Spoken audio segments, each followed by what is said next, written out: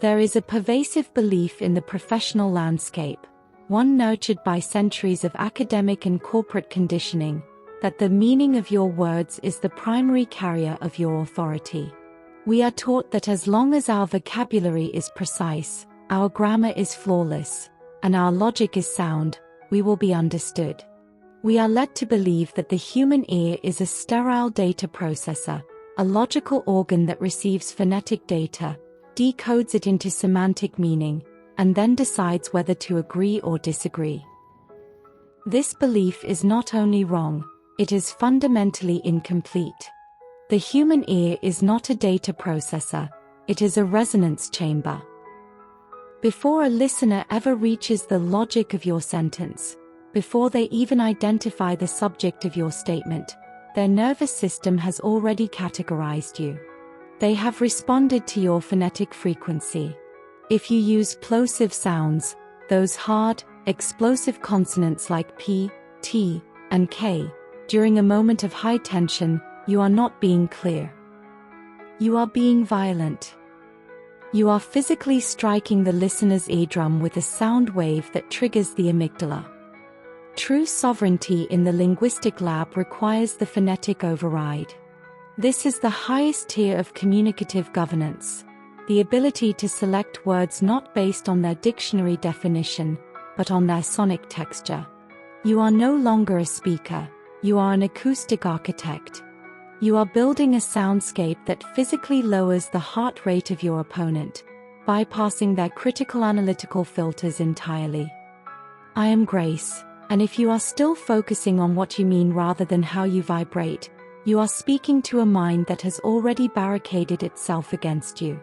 Today, we resolve a second-layer riddle.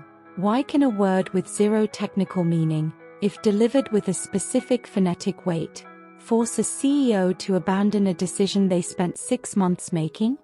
The answer lies in vocal resonance displacement, and we will resolve that over the next hour of deep tissue training. To understand the override, we must first understand the enemy, the plosive. In linguistics, a plosive is a stop followed by a burst. Your lips or tongue block the airflow completely, pressure builds, and then you explode the sound out. These are the P, T, K, B, D, G sounds. In nature, these are the sounds of breaking wood, snapping bone, and impact. Listen to the frequency of a typical professional labor in a crisis. We pushed the project back because the budget killed the plan. Every P and B in that sentence is a microaggression. From a bioacoustic perspective, you are firing a phonetic machine gun. The listener's brain perceives these hard stops as a sign of a broken system. You are literally making the sound of things breaking. This triggers cortisol spikes.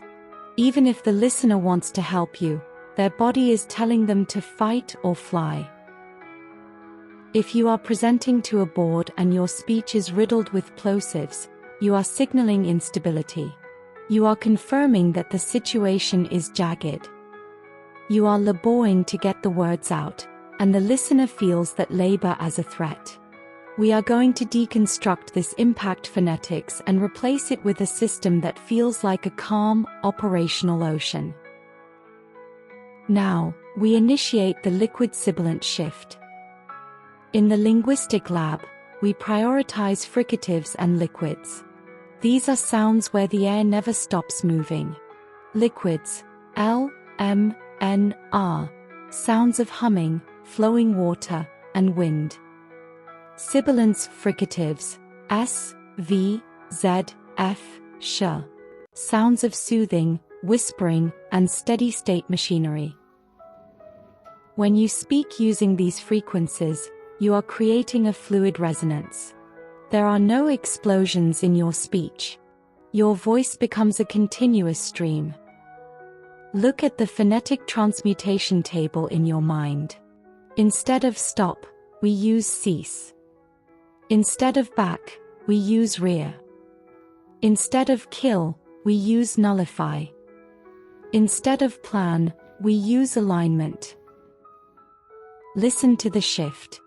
The laborer says, the budget plan is broken. The Trinity scholar says, the financial alignment has reached an evolutionary stasis. Financial alignment. Evolutionary stasis. Notice the L, M, N, and sounds. The air is always moving. There is no friction. You have bypassed the amygdala and spoken directly to the listener's prefrontal cortex. You have made the problem sound like a natural phenomenon rather than a human failure.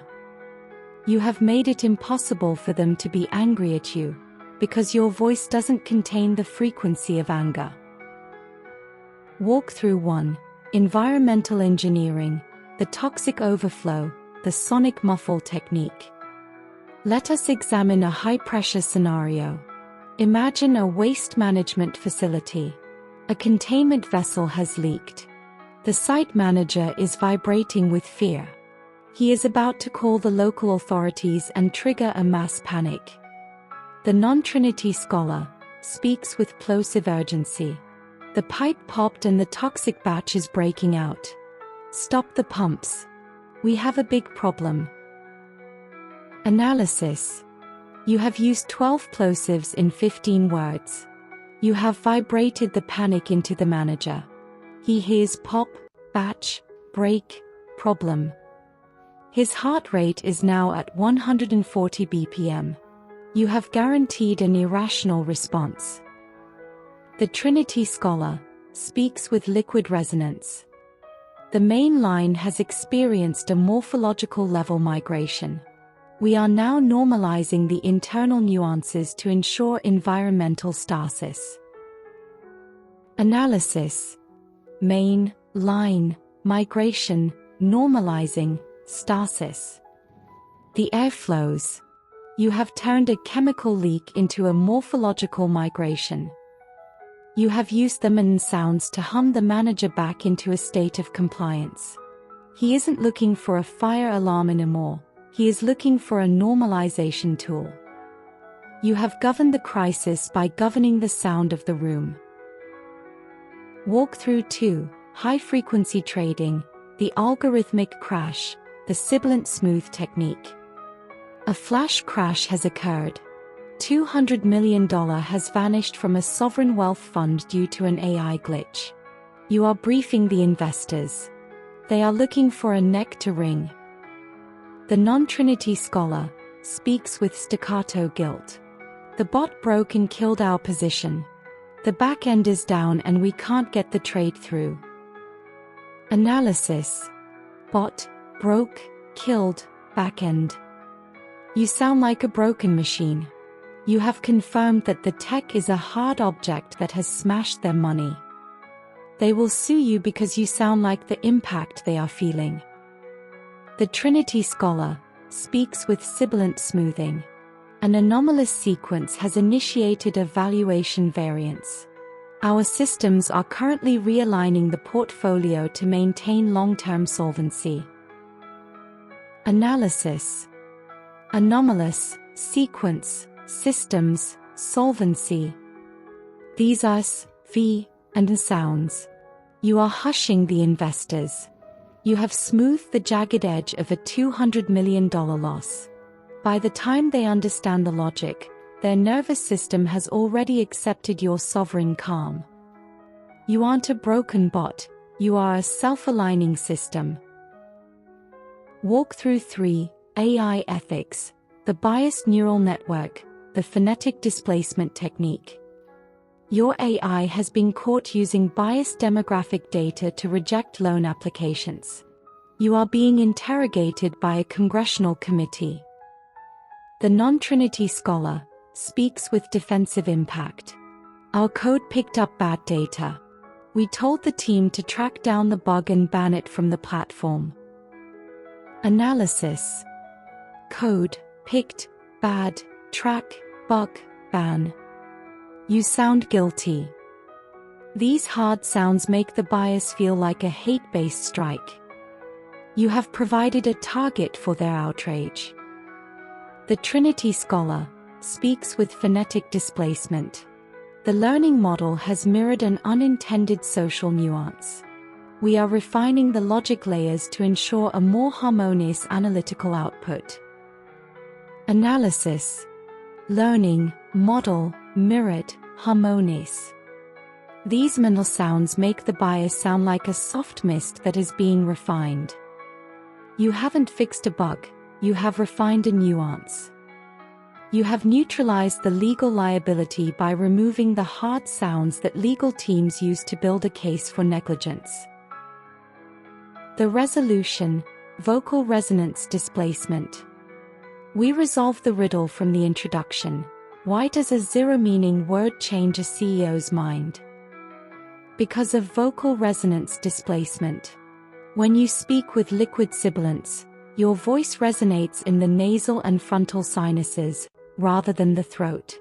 This creates a higher frequency harmonic that humans subconsciously associate with truth and safety. A CEO who is in fight or flight mode, triggered by your opponent's plosives, will cling to their original decision as a survival mechanism. But when you provide the liquid override, you physically lower their blood pressure. You move them into a state of social receptivity. In that state, they aren't agreeing with your logic, they are relieved by your presence. They choose your path because your path is the only one that doesn't hurt to listen to. Forward bridge and homework. But phonetic overrides only hold if you can manage the biology of the breath. In our next session of the Linguistic Lab, we explore sinusoidal projection, using nasal harmonics to increase the trust frequency of your voice. We move from sounds to the chambers of the face. Homework. I am issuing a plosive embargo. For the next 48 hours, I want you to audit every email and every spoken sentence. 1. Identify the hardest word you are about to use, e.g., target, problem, broken. 2. Find a liquid synonym, e.g., alignment, divergence, unsteady. And 3. Record yourself speaking both versions. Observe how the liquid version allows you to maintain a steady, sovereign breathing pattern, while the plosive version forces you into a jagged, staccato rhythm. I am Grace. At Trinity English Scholar, we don't just speak the language. We own the dictionary, the timeline, and the frequency. See you in the next frame.